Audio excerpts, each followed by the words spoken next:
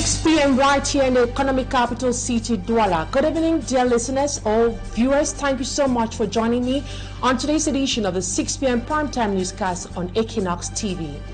Amogu Belinga and Maxime Eko have been set free. Both of them were arrested in connection to the brutal murder of journalist Martinez Zogo of Amplitude FM. We'll be getting greater details in the course of this newscast. And tension and commotion grips Cameroon's lower house of parliament after opposition members contest against a repeated violation of the internal rules of the house by the government with regards to the finance bill that was tabled to the parliamentarians yesterday. 10 days to the end of the session. That is one of our major stories. Stay with us for details and more.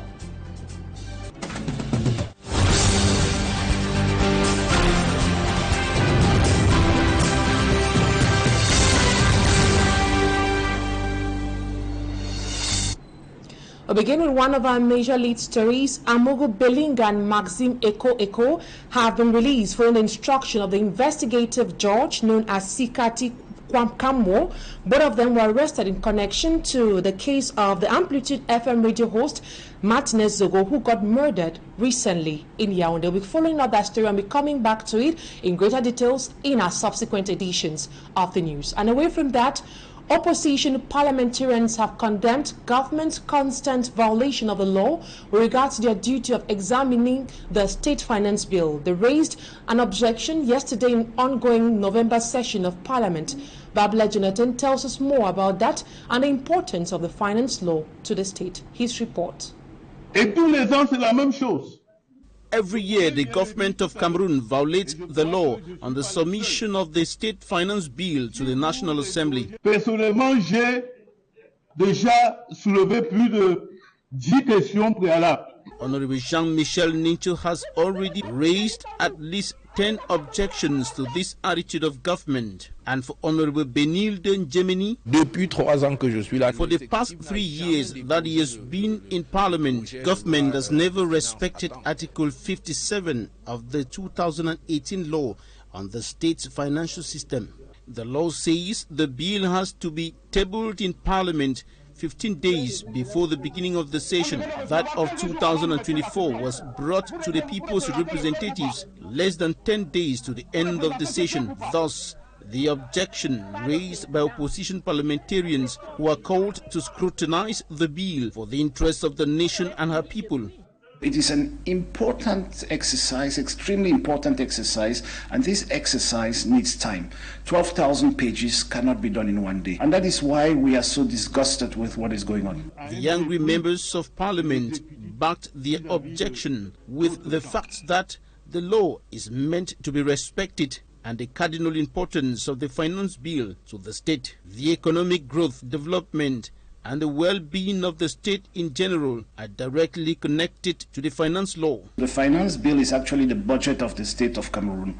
And we are talking about 6,700 billion that will more or less regulate everything that will happen in Cameroon from the 1st of January 2024 to the 31st of December 2024. Opposition parliamentarians have been granted the possibility to bring forth amendments to the bill while the Finance Committee examines it. Meet Honorable Joshua Osin Talking Point for greater details. And away from that, business operators who deal with poultry products are complaining that the Ministry of Livestock, Fishery and Animal Husbandry have abandoned them. They say days to the end of year festivities, chicken are rare in the market. Apart from the poultry products, the price of other basic needs have significantly increased. Smajikan Gabriel reports.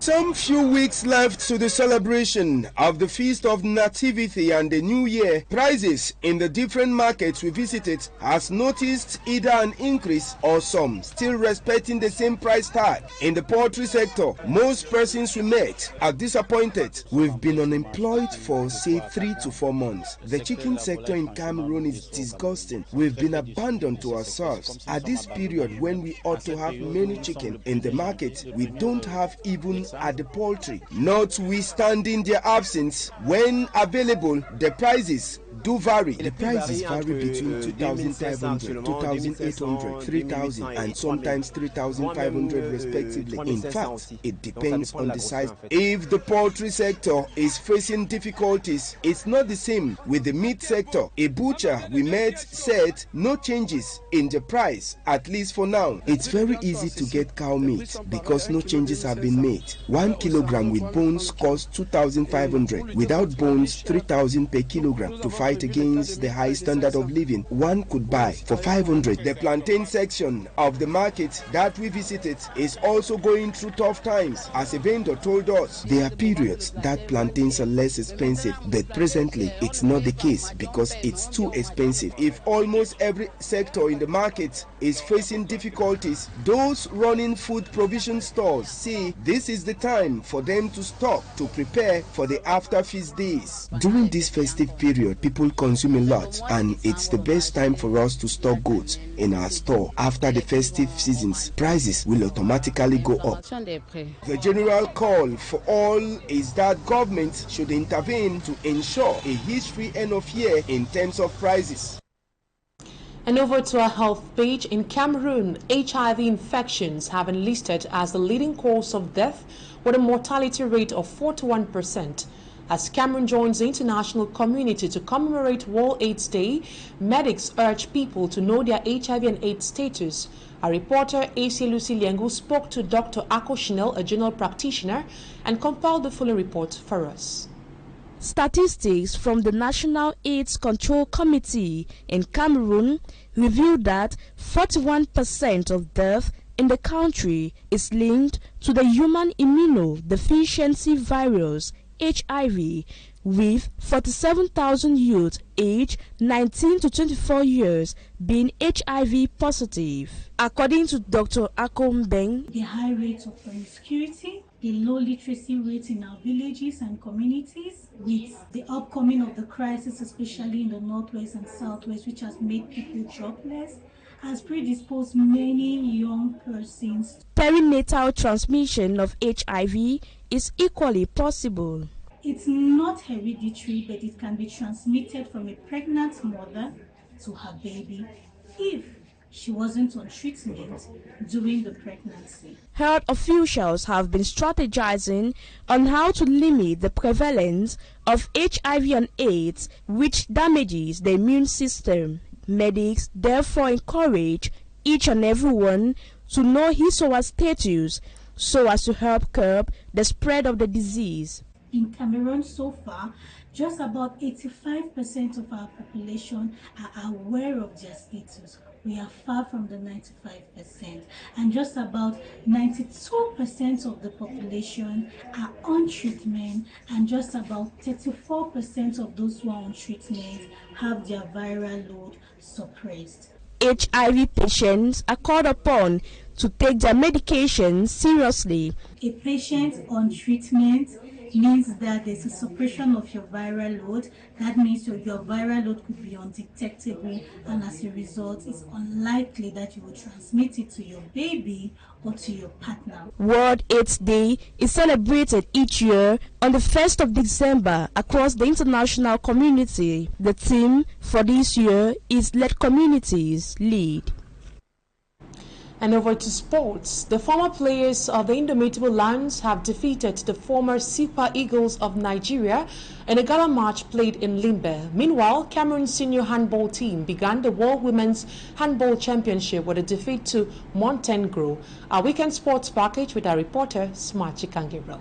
Sports Stadium in Limbe was the point of attraction as lovers of the round object stormed the sport infrastructure to give the support to the former players of the Indomitable Lions and that of Super Eagles, who were having a face-off in a rematch of the 2000 AFCON. Goals from Samuel Etofis, Bernard Choutang and Deep Tambe secured a 3-1 win for Cameroon against Nigeria, whose lone goal was scored by Yakubu Ayigbe Benyi. It's historic. It shows the relationship, the friendship between Cameroon and Nigeria, two of the greatest countries in African football, two of the countries that have won the Olympic. I hope in the future we'll do the same and bring the Cameroon legend back to Lagos for a match. It's good to bring a certain kind of synergy, unity, and bring peace in the region. We are very happy to be here. For Mabwan Kesak Emmanuel of Cameroon, it was a moment of great souvenirs. For the past days, we have been recalling the old good days together. Victor Ikpeba says, I have given victory to Cameroon because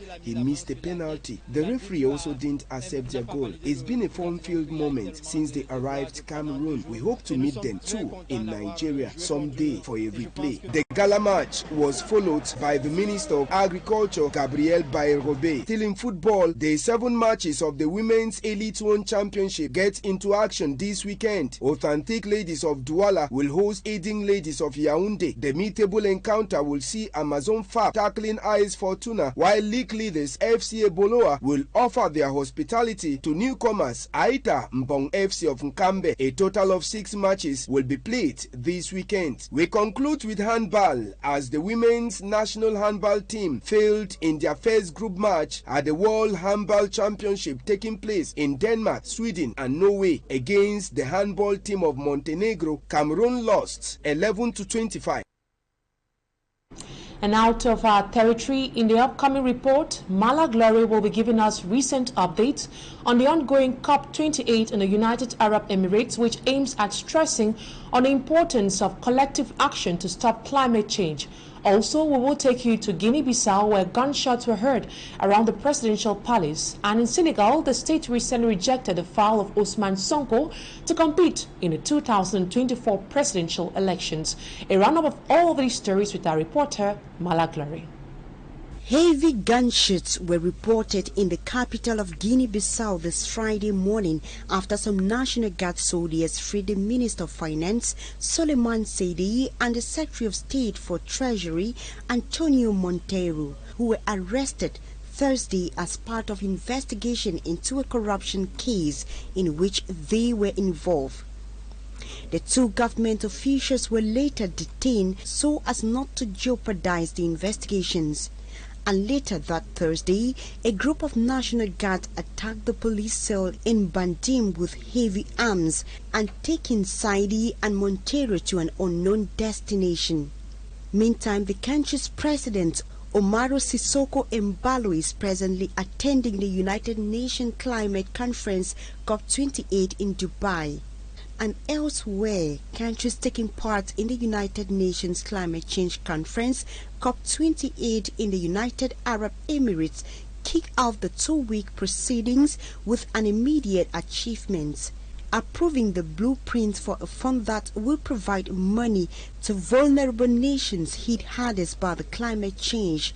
But it remains to be seen whether wealthier countries which are not mandated to contribute will supply the sums that will make the fund meaningful.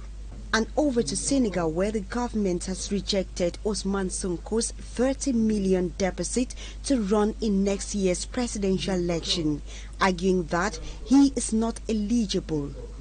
Sonko, who was removed from the electoral list following his conviction in June, has been at the center of a standoff with the state that has lasted more than 2 years and sparked several episodes of deadly unrest. That's it for the first part of the news. Talking Point is up next.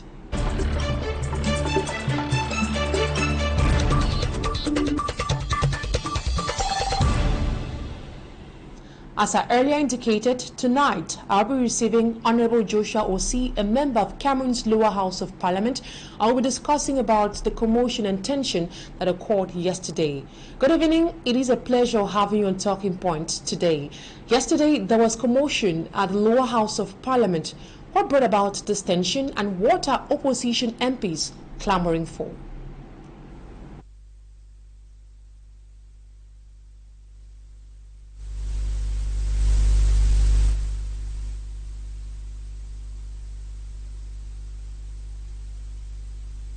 Already, the Finance Committee started working on the bill, meaning that if you take the standing orders of the National Assembly, no amendment can be tabled once the Finance Committee of the National Assembly starts examining the bill.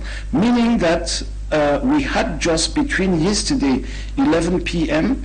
and today 7 a.m. To bring up amendments, in the interest of the people of Cameroon, to enable a debate, a healthy debate to be carried on with this bill, which is of course not possible, and that is why we are so disgusted with what is going on. Can you help us better understand the importance of the finance bill and of course the finance law for the state of Cameroon? Is to do work for the people of a nation, and to do that work government needs money, and so the people of Cameroon put money together in the form of tax and excise duties and customs and debt and otherwise, and this money has to be used, and for it to function properly we need a budget. So the finance bill is actually the budget of the state of Cameroon, and we are talking about 6,700 billion that will more or less regulate everything that will happen in Cameroon from the 1st of January 2024 to the 31st of December 2024. So it's a very important exercise, because if we do not defend the interest of the Cameroonian people during this exercise, government may as well use that money for things that have absolutely no use. Normally, the finance bill is supposed to be tabled at the parliament 15 days before the beginning of the session, but it was brought 10 days to the end of the session, which is a very wide gap of delay. Why is it important for this deadline to be respected by the government? Why the law states that this bill needs to be presented 15 days before the start of the session, so that MPs can go through these 12,000 pages of this law, can talk to their population in their various localities, in their electoral districts, and can as well seek advice from experts, so that they are appropriately informed and tooled when they come into the debate on this law, to make sure that the amendments that are presented are amendments that make sense and are of interest for the Cameroonian people. So it is an important exercise, extremely important exercise, and this exercise needs time. 12,000 pages cannot be done in one day. Now, Honorable, we would like to know, once this bill is submitted to the Parliament, how is it examined by the MPs? Well, once the bill is submitted to Parliament, it is received by the President of the National Assembly, who calls in the Chairman's Conference, and the Chairman's Conference decides to receive the bill or not, and to hand it over to a specialized committee. And once this exercise is done, it is brought to plenary. And after that plenary session, with the finance bill, the head of government, the Prime Minister, comes to the National Assembly to present the macroeconomic state of Cameroon for the next 12 months.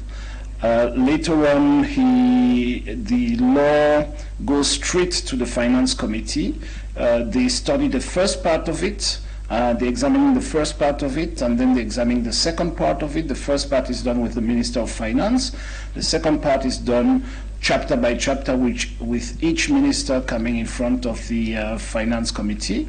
And once that work is finished, they make a report of their findings, which is presented at a plenary, where the general debate is organized for the adoption or no of the bill table. So that's the circuit taken by the bill. You're currently in Yaoundé at the Ngwankele Glass House. What are your major expectations for this parliamentary session, which is ongoing? Well, my expectations for this parliamentary session, it's a budgetary parliamentary session, so the main object of the November session is the bill that came in yesterday. Thank you so much for being part of Talking Point tonight, Honorable Joshua Osi. And that's what put an end to today's edition of the 6 p.m. primetime newscast on Equinoxe TV. Happy New Month to all our viewers, and equally have a lovely weekend.